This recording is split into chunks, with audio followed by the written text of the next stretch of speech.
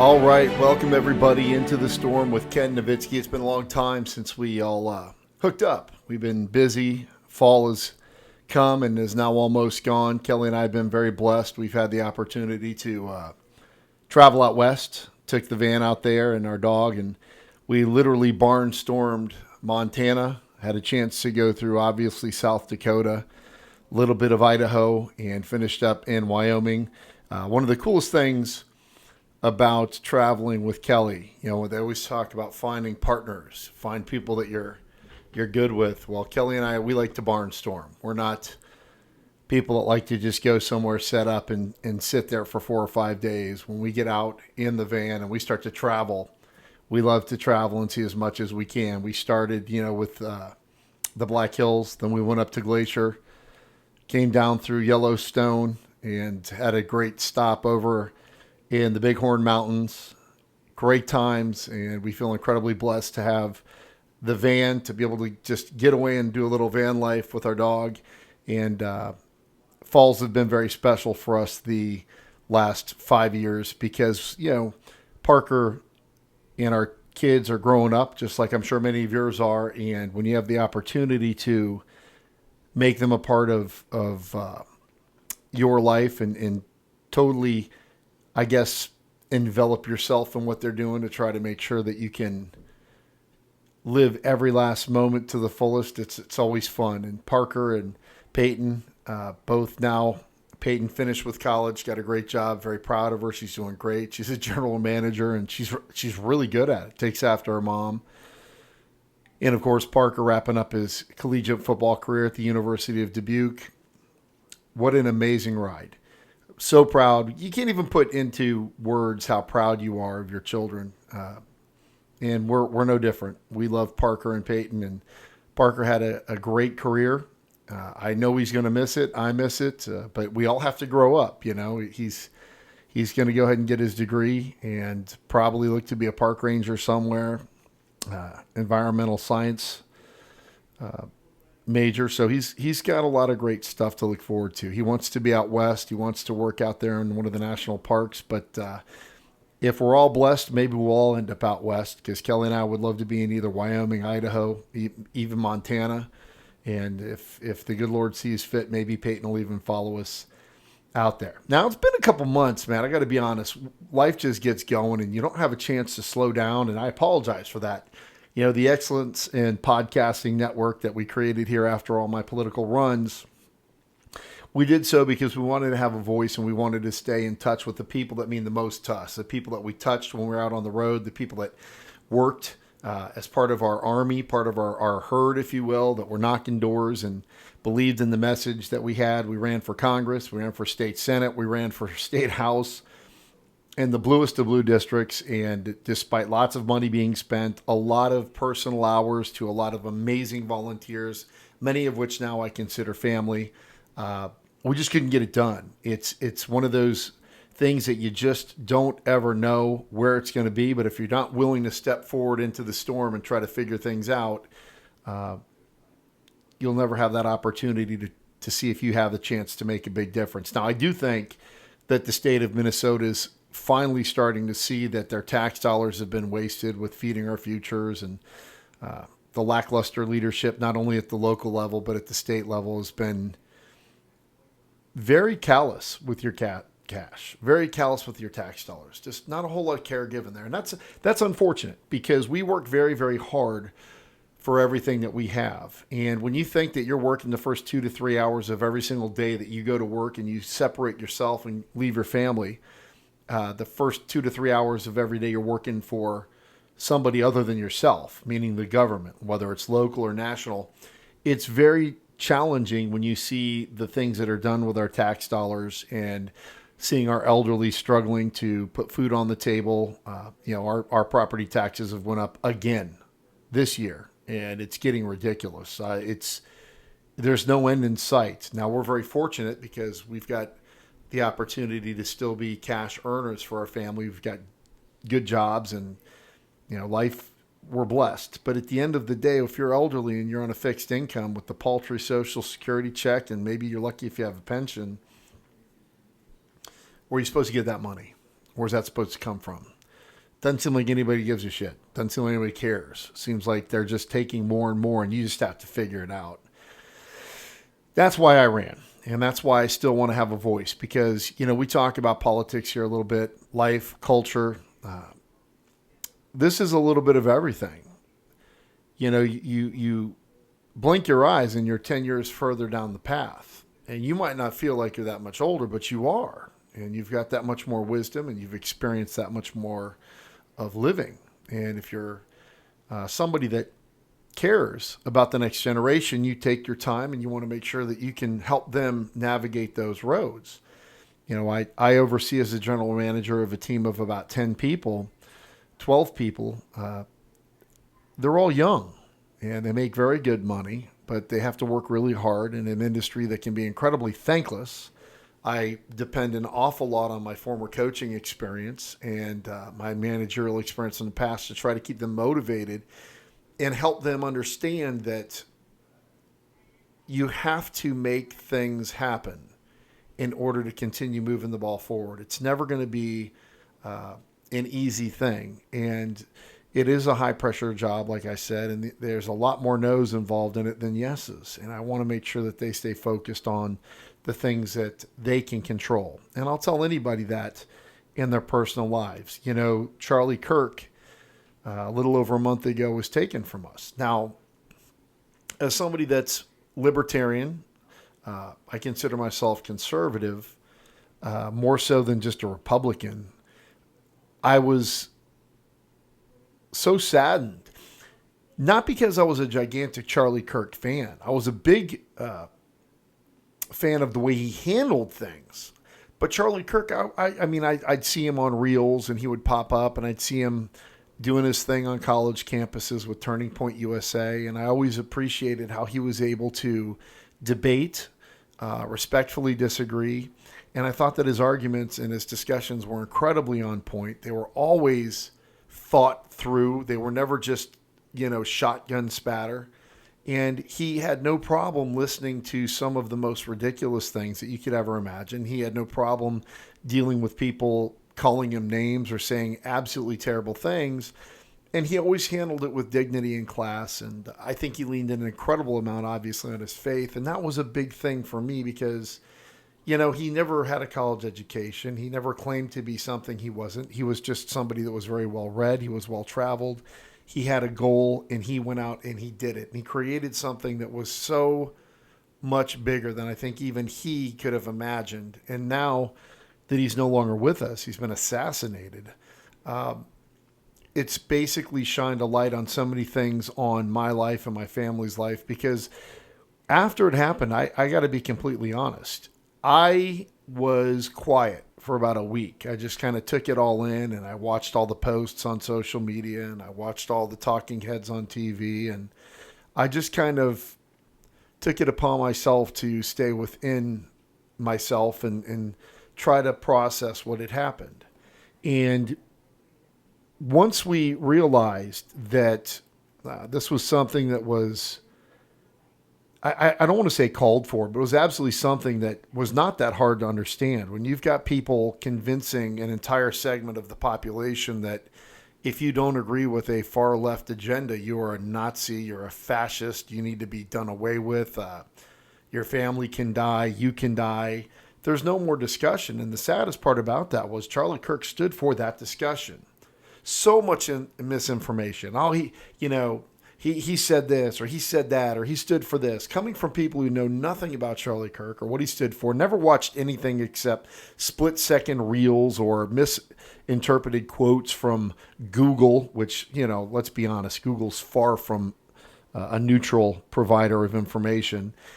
I started to realize, man, I need to shake my tree. I need to shake my tree and get some of these leaves off it. And what I mean by that, is sometimes going into the storm is nothing more than you realizing that people that you think are your friends or people that you think are good for your aura need to go.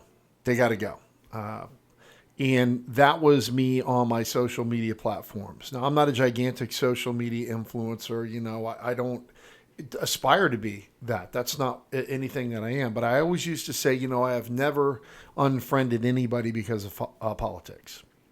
And that lasted all the way up until about day 3 after Charlie Kirk's assassination, because the stuff that I was reading wasn't political. It was evil. And the people that were saying it were not smart. They weren't well read. They weren't educated. They were just armchair quarterbacks on social media that, are people that are on social media your friends, that they're your friends, or aren't they? Let's be completely honest. I got like 5 friends that I really care about and look to and consider close to me. And now I got another 10 that on any given moment, even if I haven't talked to them for a year or so, I'd be there for them in a heartbeat. But outside of that, I don't have 2,800 friends or 4,000 or whatever the hell it is on Facebook. I don't, those, they're acquaintances or people that we have mutual agreements on some things, but maybe people I've been with in the monster truck industry or in motorsports, or whatever. But they're not friends. And some of the things that were being said were totally and completely just disgusting.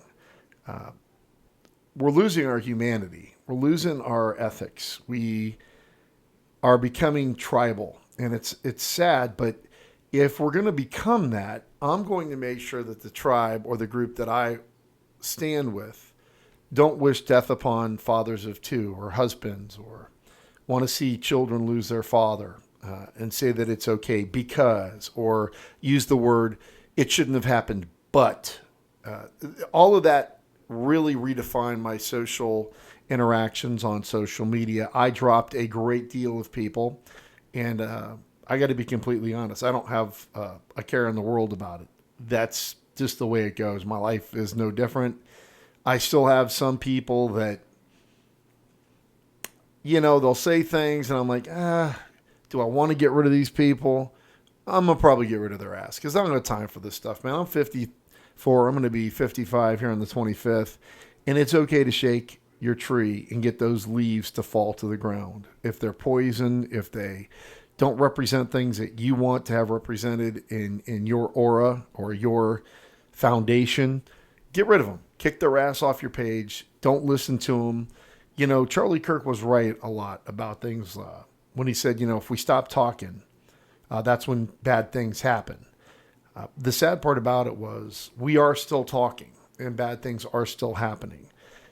We are just realizing that there is right and there is wrong. There's things that will help stabilize society and civilization. There are things that help destabilize society and civilization.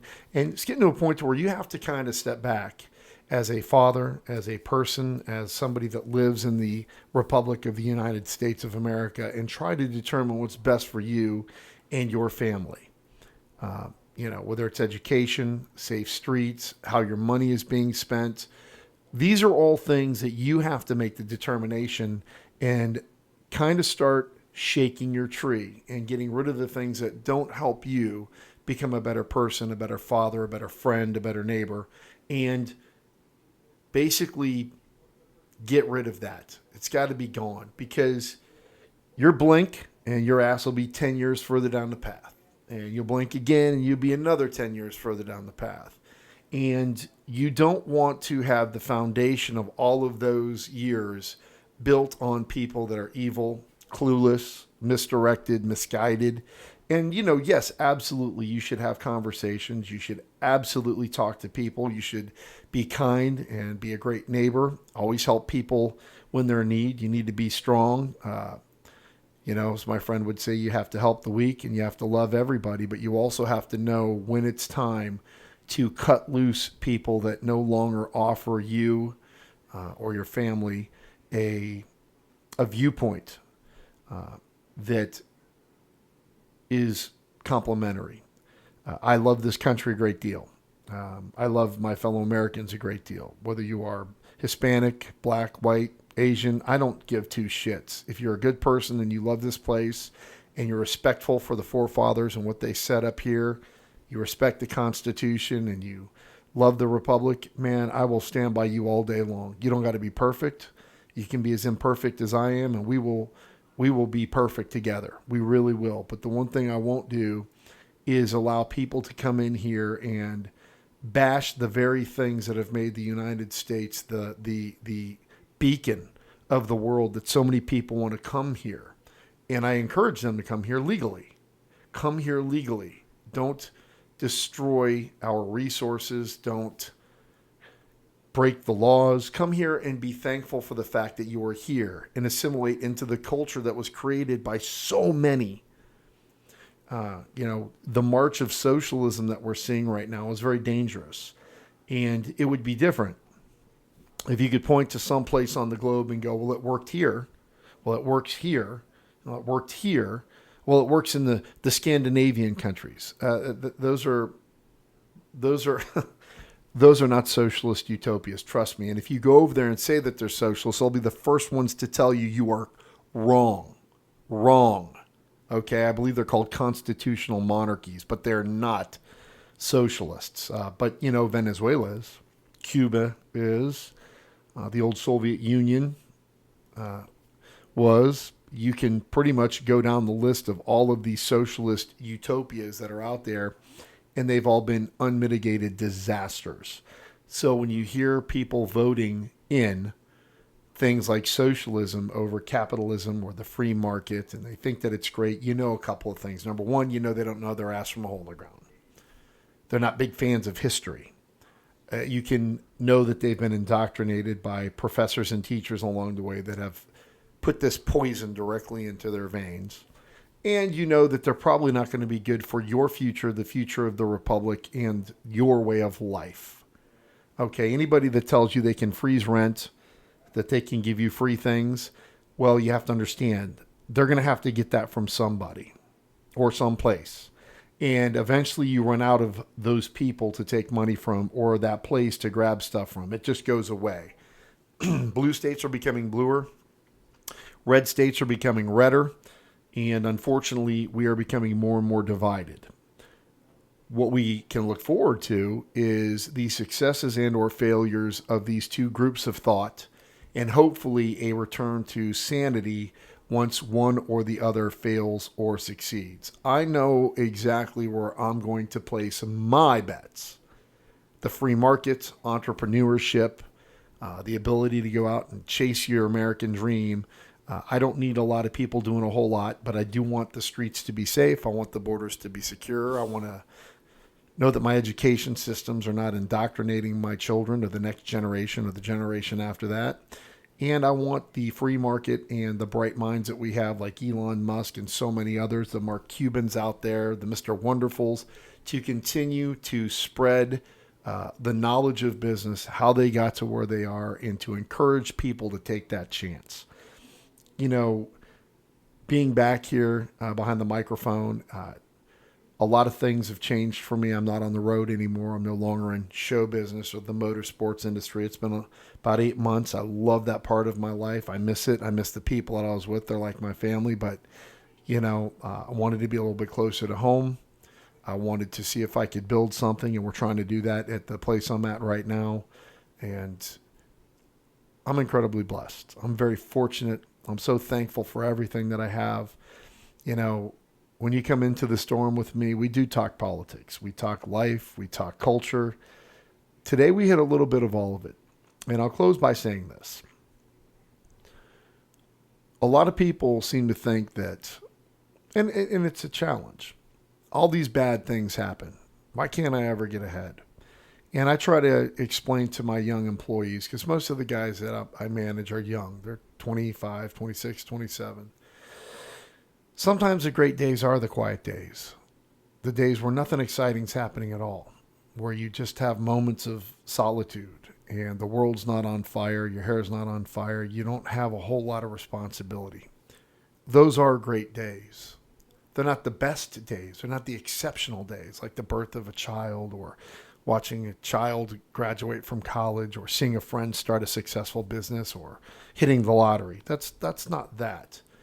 But they're good days. And I think if you were a little bit more thankful for all of those days, which are most of your days, when the bad days come along, you don't focus so much on the bad days and go, man, I just can't catch a break. Now, there are moments when it's tough, but you do have to continue to put your nose into the storm and fight. We're here for a very short time, but it's basically whatever you make it. And you should always remember that. The words of wisdom that I can leave you with, whatever you think you can or can't do, you're probably right. So I love you guys. I want to say thank you for always checking in and seeing what's going on. I promise to try to get behind the microphone here at Into the Storm with Ken Nowitzki, the excellence in podcasting network. But man, it's just, life happens so fast. And in the blink of an eye, it can change. And we saw that a little over a month ago. But here we are. We are still a republic. We're not perfect. Nobody's perfect. And we have the opportunity to continue moving forward and be so thankful when you wake up in the morning and you can open those eyes and you feel everything and you get that first cup of coffee. Let that sunshine hit you in the face and be very thankful for the fact that you've got a little bit more time to make a difference. I love you guys. My name's Ken Nowitzki. This is Into the Storm, and we'll see you guys again real soon. All the best. God bless.